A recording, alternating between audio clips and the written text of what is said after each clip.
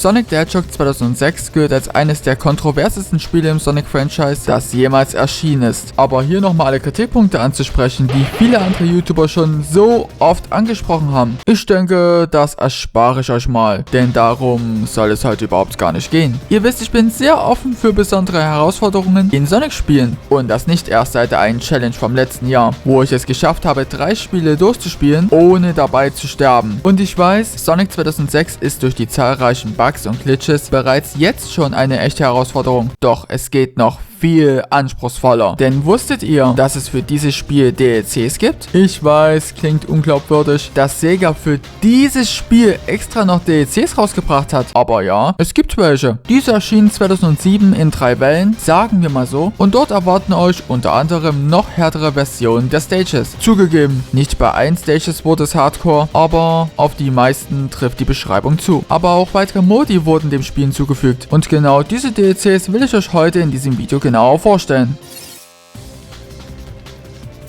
Die ersten 3 DLCs zu diesem Spiel sind die Mission Packs und diese schalten die Very Hard Version der Stages frei. Dabei werden die Stages teilweise so verändert, dass ihr beispielsweise Wege lang geht, die ihr bislang mit dem Charakter noch nicht bestritten habt. Wie zum Beispiel, dass man mit Shadow den Highway in Ruhe erkunden kann, den man mit Sonic einfach nur durchwascht, weil er halt von einem Tornado gejagt wird. Ja, vor Shadow hat dieser wenigstens Respekt. Für diese Level empfiehlt es sich, dass ihr euch bei jedem Charakter vorher sämtliche Fähigkeiten freischaltet. Zum Beispiel bei Sonic ist der lila Kristall sehr nützlich, damit ihr an den Stellen, wo ihr nicht wirklich weiterkommt, gegebenenfalls zum Moonjump greifen könnt. Ich weiß, dass der Moonjump ein Bug ist, aber ein sehr nützlicher Bug. Wenn auch mit einigen Nachteilen wie die Kameraperspektive. Generell wurden mehr Hindernisse aufgestellt und besonders auch bei Shadow und Silver deutlich mehr Gegner. Zum Teil auch stärkere Gegner. Und es wurden zusätzliche Gimmicks eingebaut, damit man als Spieler unter anderem mehr mit den Fähigkeiten arbeiten muss. Und wie man es sich denken kann, muss man dort genau aufpassen, was man tut. Sind ja die Very Hard Varianten.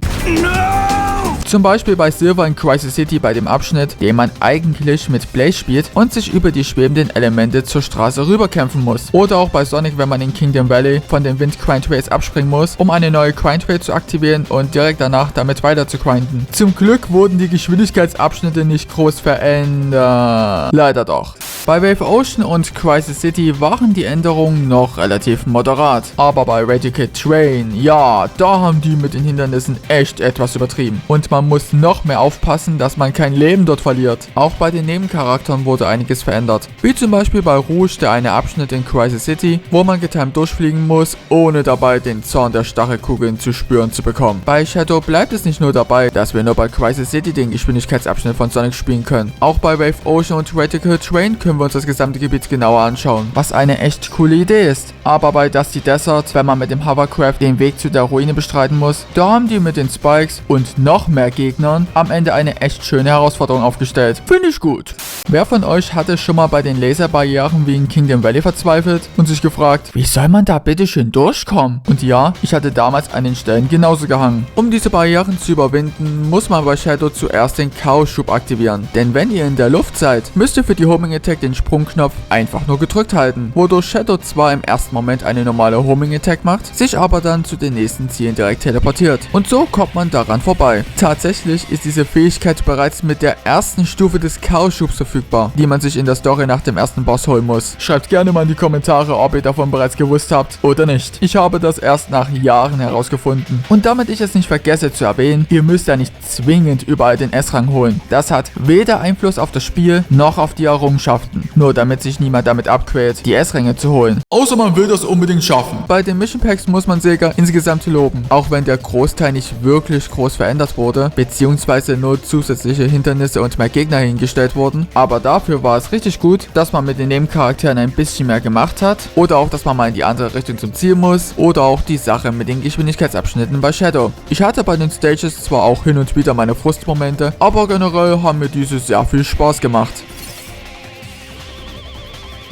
Die anderen 4 DLCs hingegen schalten zusätzliche Modi frei. 3 davon sind die sogenannten Boss Attack DLCs. Und wie der Name schon sagt, bekämpft man dort alle Bosse, die man im Laufe der Story besiegt hat. Und das in einem Durchlauf. Neben den normalen Bosskämpfen kommen zwischendurch Runden, wo man einfach ganz normale Gegner besiegen muss. Und bis jetzt klingt das noch relativ einfach. Aber Sega wäre nicht Sega, wenn auch da keine besonderen Herausforderungen eingebaut wären. Zum Beispiel gibt es bei den Bosskämpfen zusätzliche Gegner, um das Ganze noch etwas zu erschweren. Okay, das macht es nicht wirklich komplizierter, aber um den S-Rang zu schaffen, müsst ihr am Ende nicht nur eine gute Punktzahl und Zeit erreichen. Nein, ihr solltet auch am besten kein einziges Mal sterben. Denn die Punkte, die verbrauchte Zeit, die Ringe und die restlichen Leben werden nach jeder bestandenen Runde immer weitergereicht. Und sobald ihr sterbt, sinkt der Punktezähler, was ja klar ist, wieder auf 0. Ihr könnt das ja mal versuchen, aber so einfach ist das echt nicht.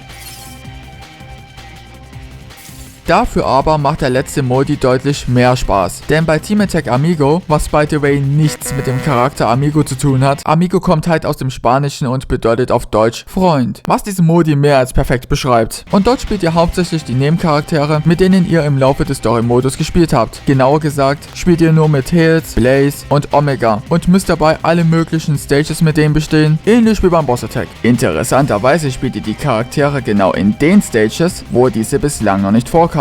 Aber das ist auch nur logisch. Das Ganze ist jetzt nicht so sehr anspruchsvoll, aber für mich hat dieser Modus wirklich viel Spaß gemacht. Und es ist definitiv eine coole Idee gewesen, dass man die Nebencharaktere an der Stelle mal in den Fokus gerückt hat. Und die Idee, dass man mit Omega am Ende des Runs gegen den Act Genesis kämpfen muss, die fand ich auch sehr genial. Oder was meint ihr? Und das waren alle DLCs zu Sonic the Hedgehog 2006. Klar, ob die Preise passend sind, darüber kann man sich streiten, wenn man das Ganze jetzt mit Sonic Unleashed vergleicht, wo jedes Adventure Pack 2 € kostet. Die DLCs sind, finde ich, ein Muss für alle, die nach einer Herausforderung suchen, und gerade die Mission Packs sowie den Team Attack Amigo Modus sollte man auf jeden Fall mal gespielt haben. Falls ihr diese gerne mal selber spielen wollt, dann benötigt ihr das Spiel für die Xbox, und dieses kann man sich digital im Xbox Store für unter 5 € kaufen. Und das ist by the way keine Verarsche oder so. Das ist der tatsächliche Kaufpreis des Spiels. Bei der PlayStation könnt ihr das vergessen, da die DLCs, wie ich gelesen habe, dort nicht mehr im Store zu finden sind. Angeblich sollen diese nur noch im französischen Store zu finden sein. Mehr kann ich aber auch nicht dazu sagen, weil ich selbst keine Playstations besitze. Denkt aber daran, dass am 29. Juli 2024 der Xbox 360 Store geschlossen wird. Das wollte ich an der Stelle nochmal erwähnen. Und damit sind wir am Ende des Videos. Schreibt gerne mal in die Kommentare, ob ihr die DLCs selbst schon mal gespielt habt und wie ihr diese findet. Ich bin jedenfalls auf eure Meinung gespannt und wir sehen uns im nächsten Video wieder. Bis dahin und ciao!